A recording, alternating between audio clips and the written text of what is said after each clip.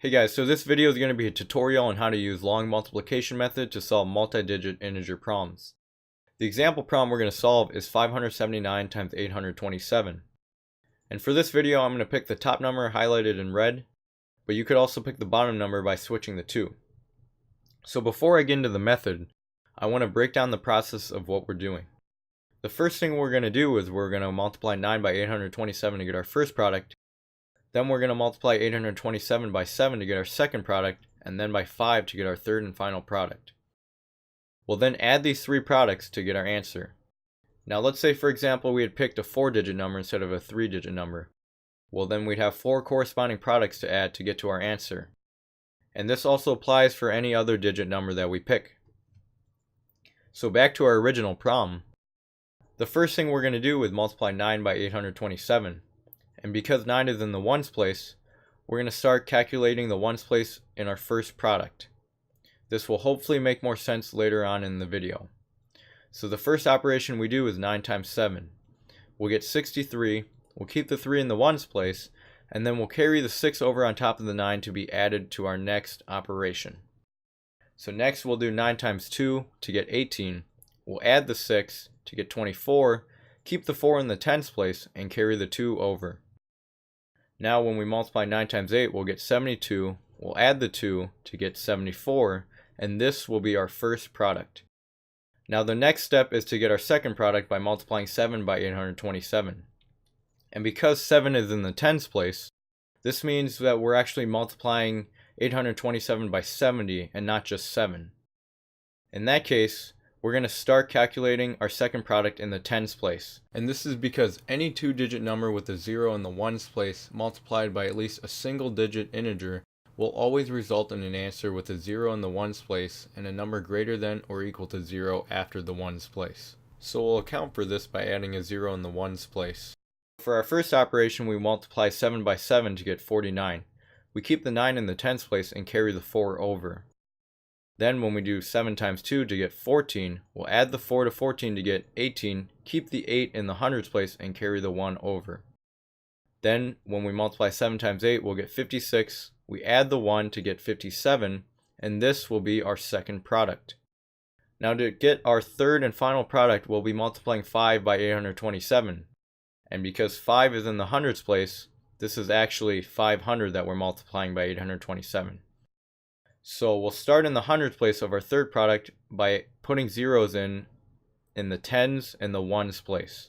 And again, this is because any 3-digit number with zeros in the ones and the tens place multiplied by at least a single digit integer will always result in an answer with the 0 in the tens and the ones place. Our first operation is 5 times 7 to get 35. We'll keep the 5 in the hundreds place and then carry the 3 over. Next, when we do 5 times 2, we'll get 10. We add the 3 to get 13, keep the 3 in the thousands place, and carry the 1 over. Now finally, when we do 5 times 8, we get 40, and then add the 1 to get 41, and this will be our third and final product. Now we'll then add these three products to get our answer of 478,833. This part of the video is titled Behind the Scenes, and it's just a more thorough breakdown of the processes we use when using long multiplication method. So in order to understand the method, we need to know the distributive property, and this is a property that allows us to multiply a sum where each addend of the sum is multiplied separately. So below is a mathematical representation of the property using letter variables to represent numbers. So in this case, A is being distributed to a sum where the addends are B, C, D, and so on. So in order to get to our answer, we take quantity A times B plus quantity A times C plus quantity A times D, and so on and so forth. So back to our original problem, when we had picked the top number 579 highlighted in red, we were actually using the distributive property by breaking down this 579 to each of its addends. We then distributed the 827 to each of those addends separately. So for our first product, we had distributed 827 to 9. Our second product, 827 was distributed to 70. And our third product, 827 was distributed to 500. So by using the distributive property to get three different products that we add to arrive at our answer made the entire problem a bit easier. However, this raises the challenge of how exactly do we calculate these products? And the way to do that is to break down the 827 into each of its addends and to distribute each of the addends in 579 to each of the addends in 827.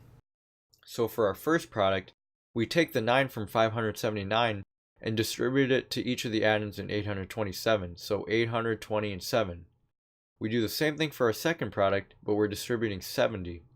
And the same thing for our third product by distributing 500. Now to reiterate in more detail, the first product was obtained by distributing 827 and 9.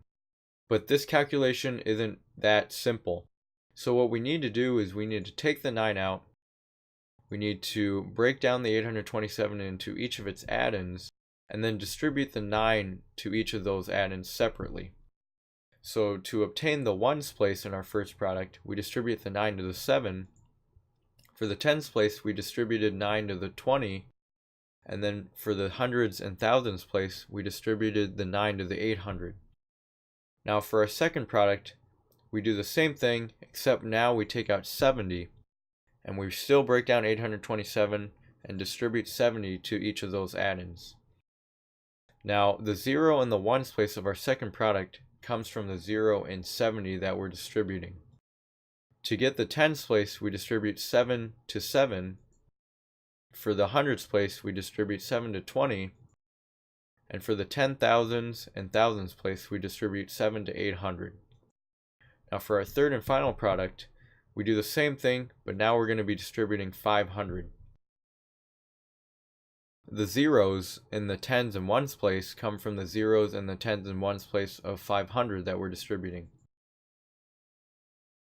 So to get the hundreds place, we distribute 5 to the 7, the thousands place from distributing 5 to 20, the hundred, thousands, and 10,000s place from distributing 5 to 800. These are the processes we use when using long multiplication to solve this example problem and all other multi-digit integer problems. Hope you guys enjoyed, and thanks for watching.